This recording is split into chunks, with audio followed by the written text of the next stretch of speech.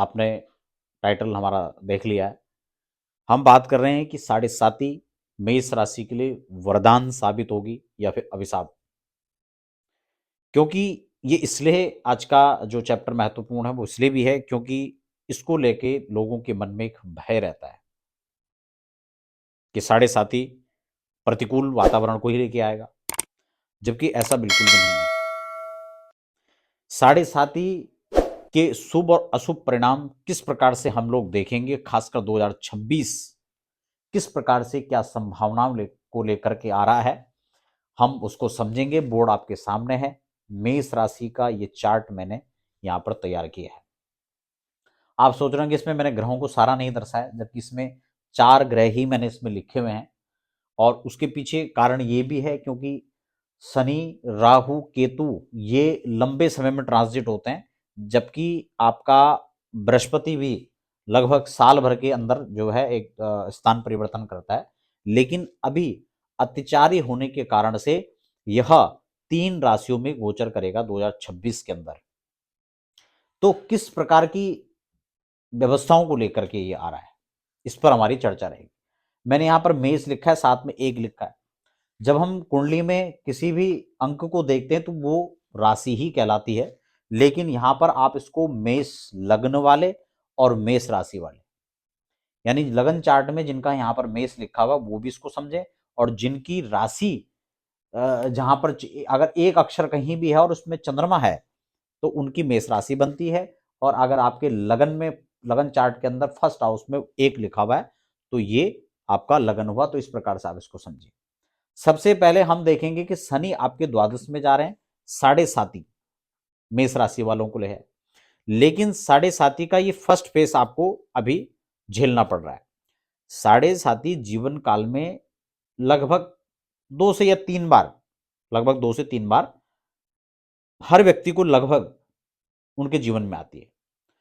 साढ़े साती आने का मतलब यही है कि शनिदेव न्याय प्रिय ग्रह हैं, न्याय के देवता कहे जाते हैं। वो जीवन में आपने किस प्रकार का कर्म किया है तदनुरूप आपको फल देने आते हैं। और इसीलिए आपने देखा होगा कि शनि की जो साढ़े साती है वो विचित्र परिणाम देने वाली होती है। कभी कभी यही साढ़े साती व्यक्ति को बहुत उच्चस्थ पदों पर लेकर जाती है, और कभी कभी यही साढ़े साती जैसे ही मनुष्य के जीवन में आती है तो मानो कि उसकी लंका लगा दी। उसको लगता है हर तरफ से जो है वो पस्त हो चुका है, हर तरफ से परास्त हो चुका है।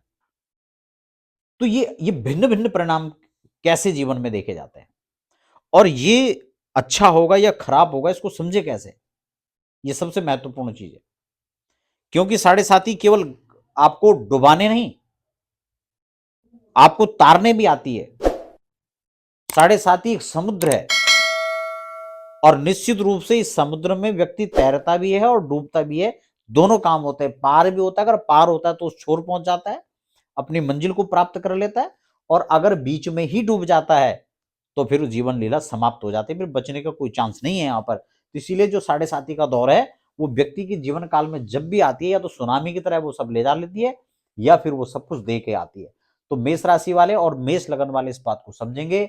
आपके इस वर्ष के अंदर देवगुरु थर्ड हाउस पर प्रथम चरण में साल के वर्ष के शुभारंभ में यहां पर होंगे, और तद उपरांत जो है जब ट्रांजिट करेंगे तो आपके जून के महीने में वो यहां पर आएंगे, और फिर अक्टूबर में यहां पर आ जाएंगे 31 अक्टूबर को। तो 3 बार गुरु का परिवर्तन आपके उसमें होगा, और वर्षांत तक शनि यहीं पर रहेंगे, जबकि राहु भी लगभग यहां पे रहेंगे इस साल में लगभग, ठीक ना। तो मेष राशि वालों को क्या यहां पर खास बात जो समझने की है कि शनि आपकी राशि से, आपकी लगन से द्वादश में गोचर कर रहे हैं। द्वादश शनि के लिए ही एकमात्र ऐसा है कि यहां पर शनि का जो प्रिडिक्शन है वो खराब नहीं कहा जाता। लेकिन ये भाव तो व्यय भाव है, खर्च का भाव है। तो निश्चित रूप से यहां पर खर्च होगा। किस चीज का खर्च होगा? ये धन के मामले में लगाएं, या फिर आपके समय के मामले में लगाएं, आपकी व्यवस्थाओं के हिसाब से देखें, तो सारी चीजों को हम इसी स्थान से चिन्हित करने वाले हैं। और व्यय भाव के अंदर जब इनका स्थान यहां पर रहेगा तो इनकी दृष्टि यहां पर रहेगी सबसे पहले।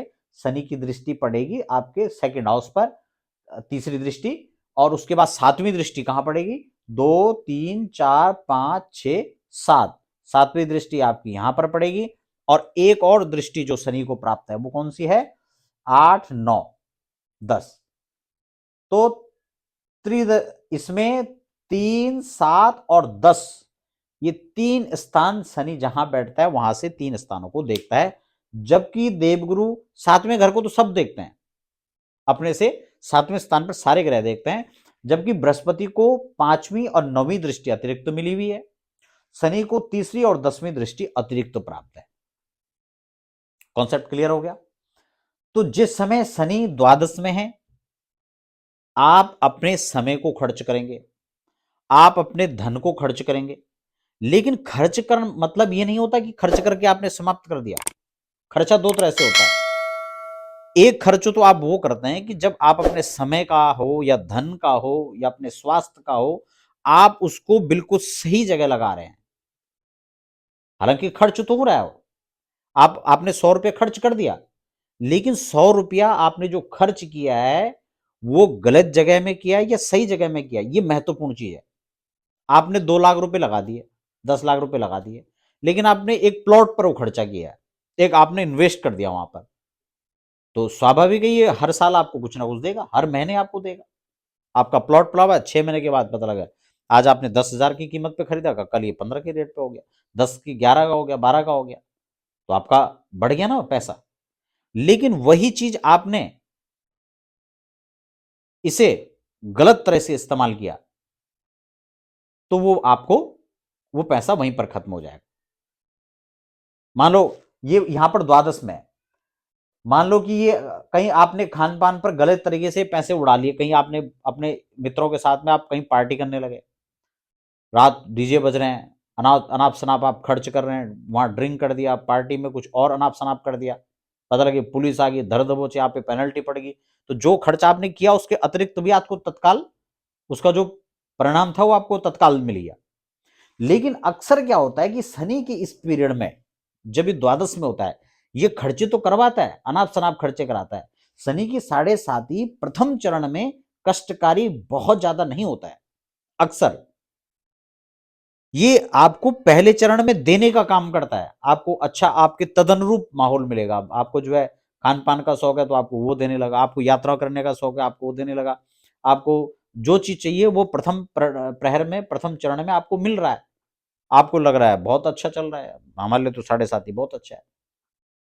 कुछ लोगों के लिए जीवन काल के स्टार्टिंग में ही शनि 7.5 दुष्प्रभाव देने लगती है। ये डिपेंड करता है आपकी कुंडली के अंदर शनि की क्या पोजीशन है, या और उस समय क्या दशाएं चल रही हैं और ग्रह किस रूप में चल रहे हैं, तो इसके हिसाब से भी उसका परिणाम देखा जा सकता है। तो प्रथम चरण में अक्सर जो है शनि आपको अभिशाप बनकर के नहीं बल्कि वरदान बनकर के आता है, और उस समय आप उस समय का कैसा प्रयोग कर रहे हैं, कैसा उपयोग कर रहे हैं, ये आपके आने वाले समय के लिए आपका निर्धारित होता है।